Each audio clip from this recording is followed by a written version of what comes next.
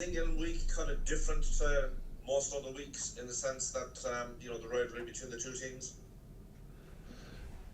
Look, we've huge rivalry with all the teams in the Six Nations these days. Every game is so important. But look, I'd be fooling to say there isn't something always special between the two of us. It's always a huge occasion, a huge encounter.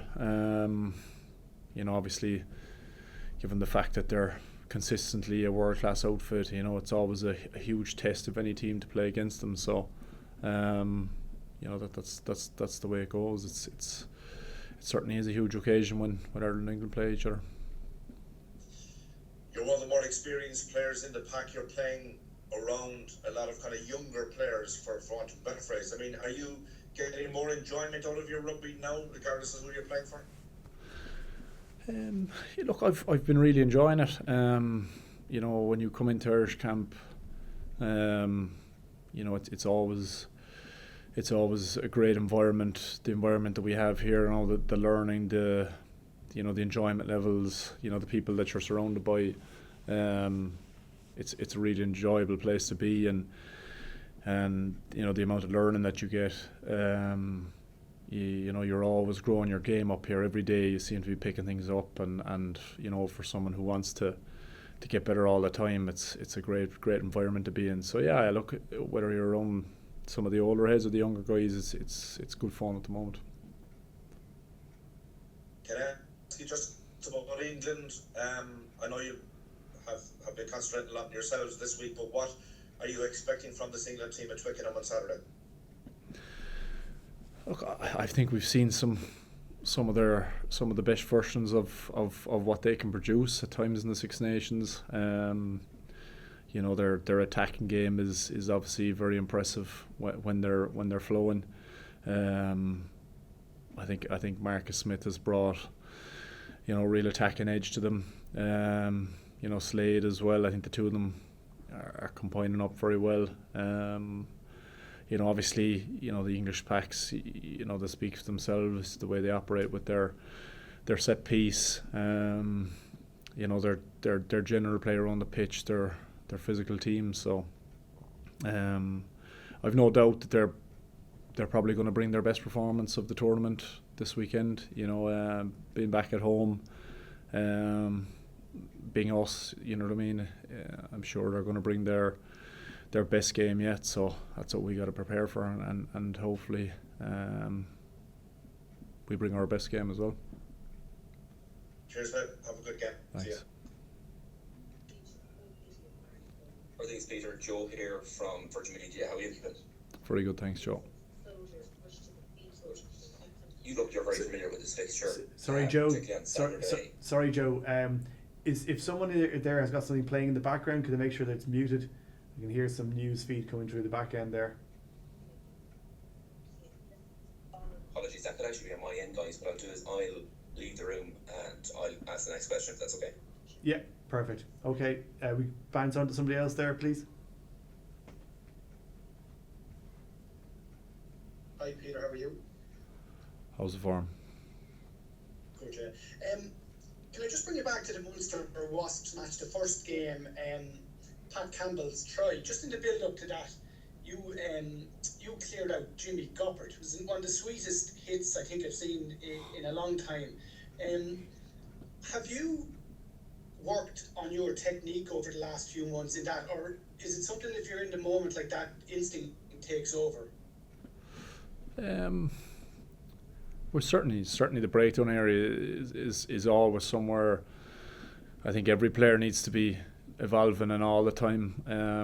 It is the heartbeat of the game, regardless of what kind of game plan or game style you're playing. So I think every player, no matter where you are, is constantly trying to upskill in that area. But yeah, there's a lot of it is instinct as well. It's trying to be ahead of the game and know where the breakdown is going to happen. And I suppose it's kind of one of the last areas that you can bring, proper physicality and that kind of thing. So but it's certainly about training and upskilling all the time is paramount in that area.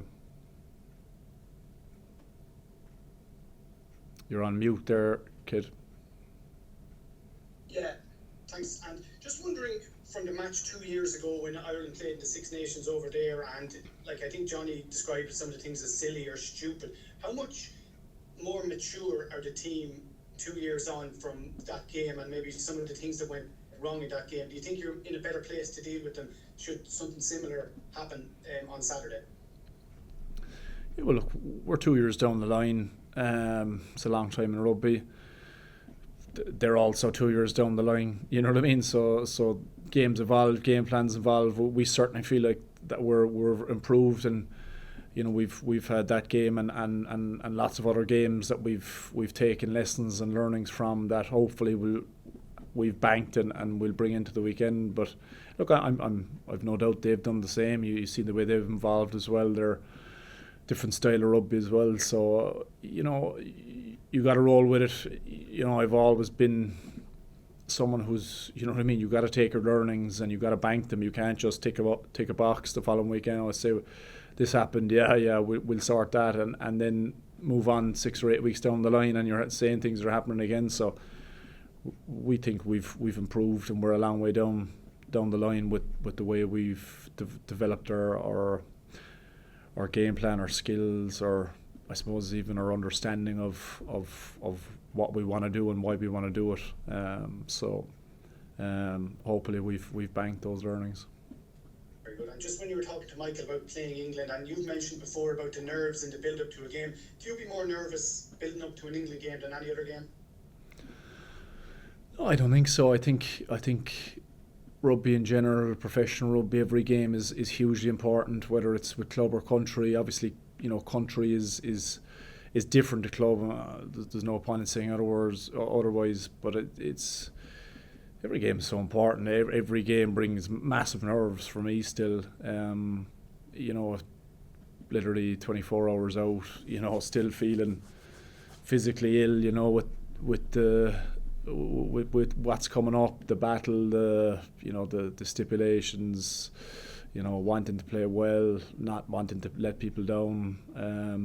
You know, that doesn't change regardless of who your opposition is. You know, that's always in the forefront of your mind.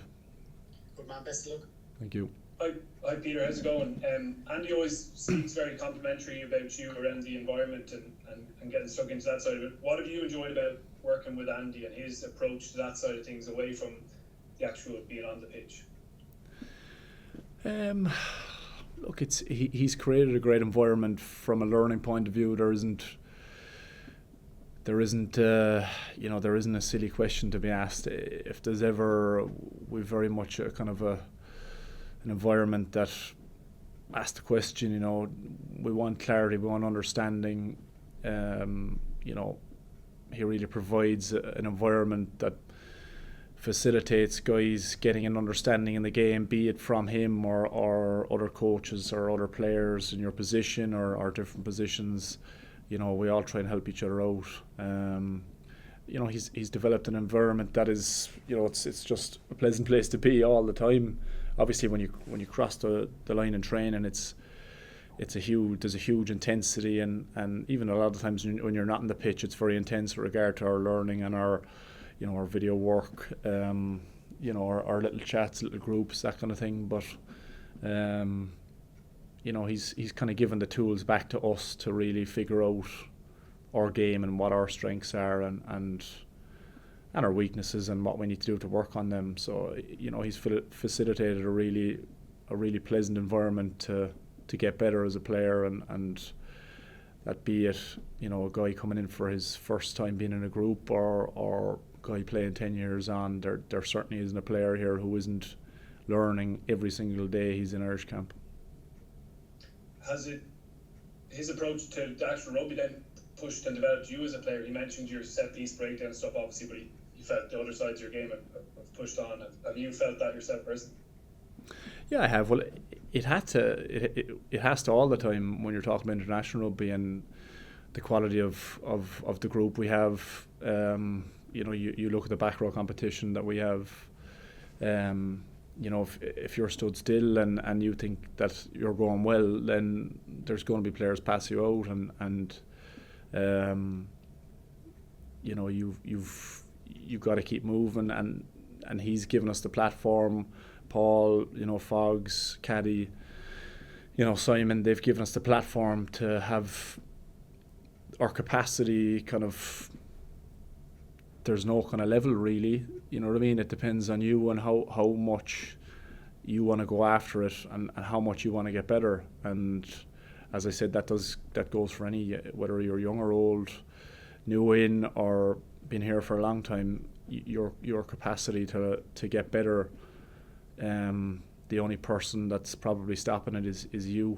And as I said, the competition there, you look at guys like Nick Timoney, obviously the guys who are in very regularly, you know, it's a world class, you know, 6, 7, 8, 9, 10 back row players is what you're talking about. So it's an environment that if you're not getting better, you're going to be passed out very, very quickly. But at the same time, it's an environment that you're facilitated to get better all the time. So it's very enjoyable.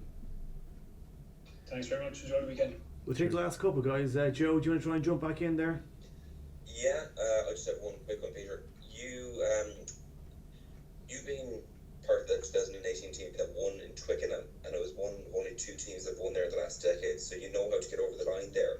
What are the key battles that you need to get right and win in Twickenham to silence the crowd, to get that momentum behind you? What are the real things you need to focus on Saturday? Yeah, like that's a good question, but at the same time, there is no one or two areas. You have to have, I'm not going to say an immaculate performance because that's not going to happen, but you've got to have one of your best when you're playing against the best to win away from home. Particularly in this competition, you see the stats on how hard it is to pick up away wins. Particularly going, I think England are up around 86, maybe more % of home victories. You know, it's a difficult place to go and win.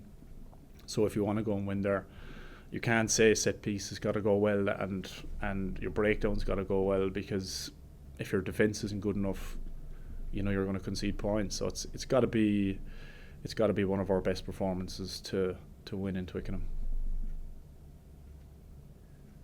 Good luck. Thanks, Dave. Thank you. Okay, guys, we'll wrap it up. Hello. Could I have a question, Dave? Yeah, okay, go for it. Sorry, Peter. Sorry, you mentioned your experience at Twickenham before. You've had a couple of tough days. You've been under the cosh there in the past, going back 10 years even. Do you allow the emotional side of things, how that felt, do you allow that to inform your mental preparation for the game, or is it all technical these days? Oh, there are certainly days you don't forget about, but they're certainly in the past. That was different time, different team, you know, different game almost. Sorry, not almost. It was a different rugby game to the game we're playing today. But you always have those emotional scars, is the only way to describe them, in your career. So they stay with you forever. But they're not something that, you know, I was thinking about this week. You know, they're past. They're probably molded me as a rugby player, but they're not something that I go back to, you know, very often anyway. They're something that have been there and I've certainly learned lessons from. But I suppose the other side of it is, if you're not on your game in Twickenham against these guys, you know what I mean, these are the kind of things that happen. You know what I mean? They're a very, very good team, and if you're not on your game to a very, very high level, you know, they can score points quick. So you know, I suppose that's the way I look at it.